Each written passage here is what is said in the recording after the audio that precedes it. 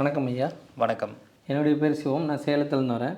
இப்போங்க ஐயா, மகர ராசி, மகர லக்னம் இவங்க பிறந்தவங்களுக்கு எந்த மாதிரியான ஒரு இது செஞ்சால் வாழ்க்கையில் நல்லா முன்னேற முடியுங்க ஐயா? இப்போ பொதுவாக மகர லக்னம் மகர ராசியில் பிறந்தவங்க வாழ்க்கை ஃபுல்லாக ஜெயிக்கணும்னா சில பரிகாரங்களை அவங்க ஃபாலோ பண்ணலாம். இதில் ஒரு 15 வகையான பரிகாரங்கள் எடுக்கலாம். இந்த மாதிரி நிறைய விஷயங்கள் இருக்குது. பொதுவாக காலபுருஷ தத்துவத்தின் அடிப்படையில் பார்க்கும்போது மகரம் அப்படிங்கிறது 10வது வீடு அப்படின்னு சொல்லுவோம்.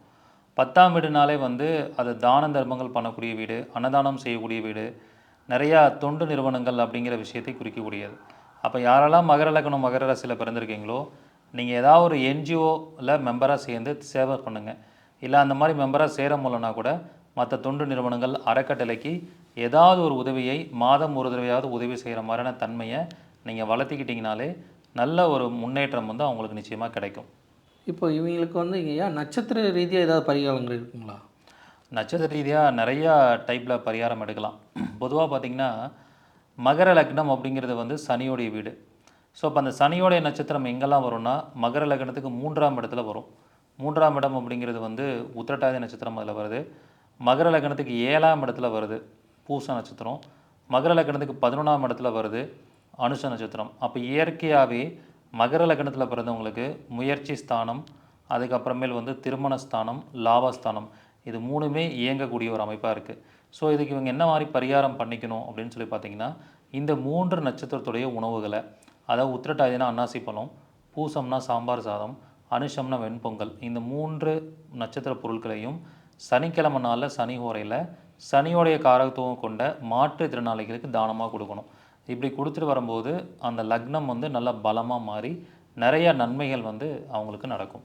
இதே மாதிரி நட்சத்திர ரீதியாக வேறு என்ன பரிகாரம் பண்ணலான்னா, மகர லக்னத்தில் பிறந்தவங்களுக்கு என்ன பிரச்சனை இருக்கோ அந்த பிரச்சனைக்கு உண்டான பாவத்தை நம்ம பார்க்கணும். இப்போ மகர லக்னத்தில் பிறக்கிறவங்களுக்கு ஒரு உத்தியோகம் பிரச்சனை இருக்குது, உத்தியோகம் கிடைக்காமல் இருக்குது அப்படின்னா மகர லக்னத்துக்கு 6ஆம் அதிபதி புதன். அந்த புதன் எந்த நட்சத்திரத்தில் இருக்காருன்னு பார்க்கணும். இப்போ புதன் ஒரு வேளை துலாம் ராசியில் விசாக நட்சத்திரத்தில் இருக்கார் அப்படின்னா உத்தியோகம் கிடைக்கணும்னா ஒவ்வொரு மாதமும் விசாக நட்சத்திரத்தில் கல்கண்டு தானம் அவங்க செய்யணும். இப்படி செஞ்சுட்டு வந்தாங்கன்னா அவங்களுக்கு ரொம்ப ஒரு அற்புதமான ரிசல்ட் கிடைக்கும். இப்படி ஒவ்வொரு பாவத்தோடைய நட்சத்திரம் என்னன்னு பார்த்து அந்த பரிகாரத்தை அவங்க செஞ்சுக்கிட்டே வரலாம். ஐயா, இப்போ இதுக்கு தாந்திரிக பரிகாரங்கள் இருக்குங்களா?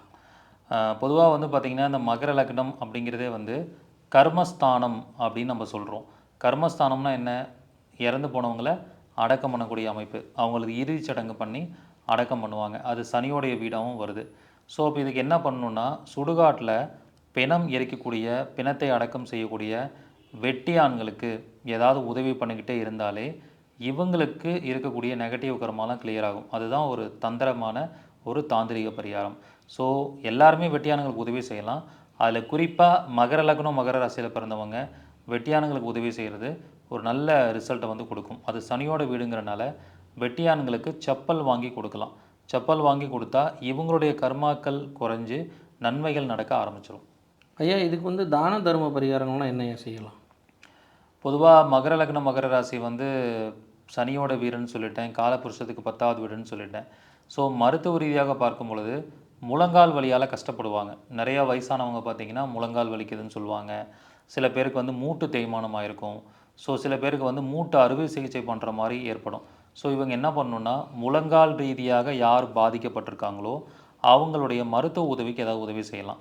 அல்லது நீ ரீப்ளேஸ்மெண்ட் அந்த மாதிரி சர்ஜரி ஏதாவது பண்ணுறாங்கன்னா நம்மளால் முடிந்த தொகையை அந்த சர்ஜரிக்காக நம்ம கொடுத்து உதவலாம். இப்படி பண்ணும்போது அவங்களுக்கு ஒரு நல்ல ரிசல்ட்டு கிடைக்கும். ஐயா, இப்போ எந்த மாதிரியான கோவிலுக்கெல்லாம் நம்ம போகலாம்? பொதுவாக அந்த மகர லக்னத்தில் பிறந்தவங்களுக்கு ஒவ்வொரு பாவங்களுக்கு ஏற்ற மாதிரியும் கோயில்கள் இருக்குது.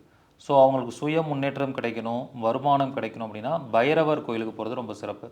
குறிப்பாக இந்த மகரங்கிறது காசி ஏரியாவை குறிக்கும். அப்போ வாரணாசியில் இருக்கக்கூடிய கால பைரவர் கோயிலுக்கு போயிட்டு வர்றது ரொம்ப சிறப்பான பலனை கொடுக்கும். அதே மாதிரி மகர லக்னத்தில் பிறந்தவங்களுக்கு திருமணம் ஆகணும்னா 7ஆம் பாவம் இயங்கணும். ஸோ அந்த 7ஆம் அதிபதி சந்திரனாக வராரு. அது நீர் தத்துவ ராசியாக வருது. அப்போ கடலோரத்தில் இருக்கக்கூடிய அம்பாள் கோயில் வழிபாடு பண்ணுறது இவங்களுக்கு ஒரு நல்ல ரிசல்ட்டை கொடுக்கும். அதேமாதிரி 9ஆம் இடம் கன்னி ராசியாக வரும். இவங்களுக்கு அதிர்ஷ்டம் வரணும் அப்படின்னா 9ஆம் இடத்தை இயக்கிறதுக்கு கன்னி அப்படிங்கிறது தூத்துக்குடி மாவட்டத்தை குறிக்கும். அந்த தூத்துக்குடி மாவட்டத்தில் இருக்கக்கூடிய நவ திருப்பதி வழிபாடு பண்ணுறது ஒரு சிறப்பான பலனை உங்களுக்கு ஏற்படுத்தும்.